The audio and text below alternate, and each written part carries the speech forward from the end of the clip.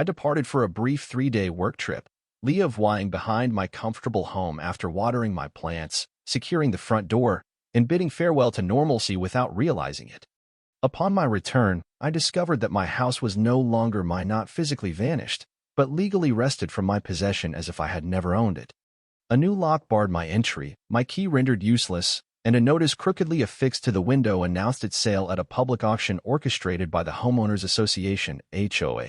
I stood there, suitcase in hand, stunned, my heart racing to grasp the nightmare unfolding before me.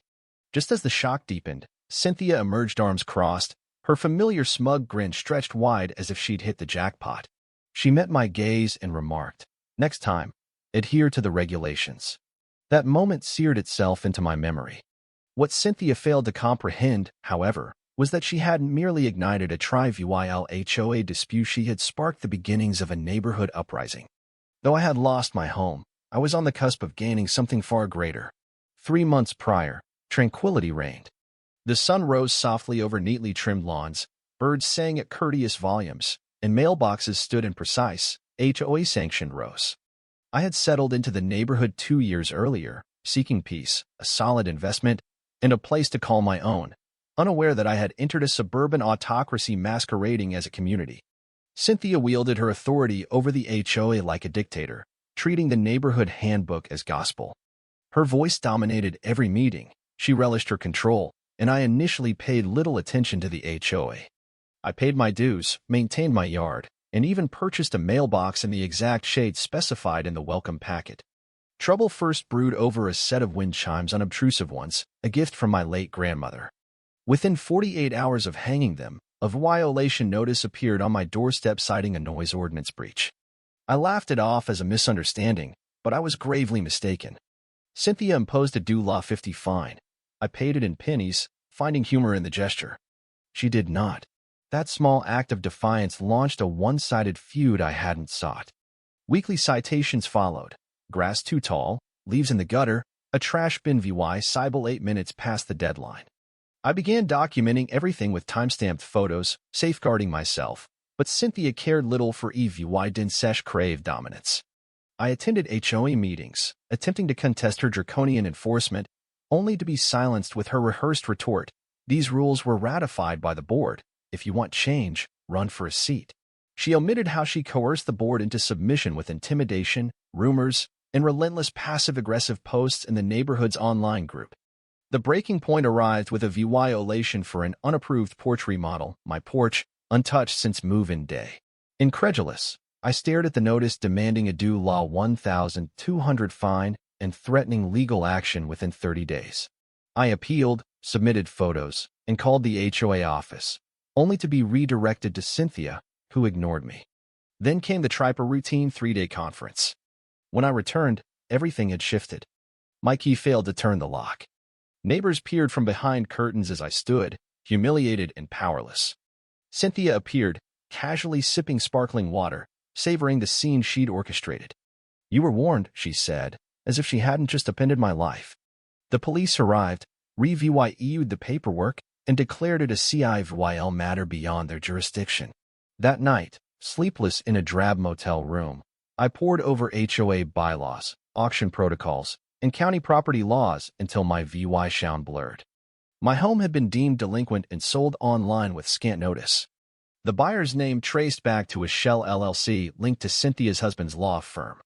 For 2 days, I barely ate, my life and SAVYNGS stripped away. At the next HOA meeting, Cynthia barred me from speaking. "Only current homeowners may address the board," she chirped. I left, locking eyes with each board member and uttering one word: war. That night, I transformed. No longer the amicable neighbor, I contacted a relative I hadn't spoken to in a decademy, Uncle Victor, a wealthy recluse who owed me a favor. When I recounted the ordeal, he paused, then asked, "How many houses do you want to buy?" I laughed for the first time in days. "All of them," I replied. Thus began my counteroffensive. Cynthia assumed she could ruin me with bureaucracy, but I had nothing left to lose, and that made me dangerous. The next morning, my former home taunted me, its blinds drawn, porch light inexplicably on. Mrs. Harper, a once friendly neighbor, avoided my gaze. Cynthia had likely trumpeted her triumph online. Seeking answers, I cited the HOA office. The receptionist, Emily, handed me the auction notice without meeting my eyes. It listed fabricated violations known existent weeds, a lingering Halloween decoration, even my barbecue's aroma culminating in a clause allowing seizure after 90 days of unpaid fines, no court required. The buyer's identity was confidential, but I knew the scheme. This wasn't about rules, it was about power. I hired Tony, an astute HOA lawyer, who saw potential in my case despite the uphill battle. Cynthia had followed procedure meticulously. Legality trumped justice. Meanwhile, I uncovered her pattern. Ex-residents like Chuck, fined for too many flags, and a couple driven out over their kid's lemonade stand. Then Brianna, a neighbor, sent me a photo of a man entering my old home. Lucas, Cynthia's nephew, a shady property flipper. My fury intensified. Tony said it wasn't enough for court, but it confirmed her profiteering. Cynthia hosted a barbecue that week, flaunting my old yard on social media with the caption, "A fresh start for our beautiful community."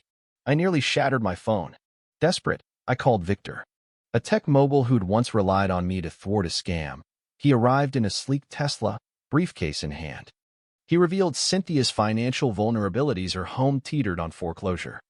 Our plan was surgical. Acquire properties discreetly via shell companies and install tenants who defied her rules.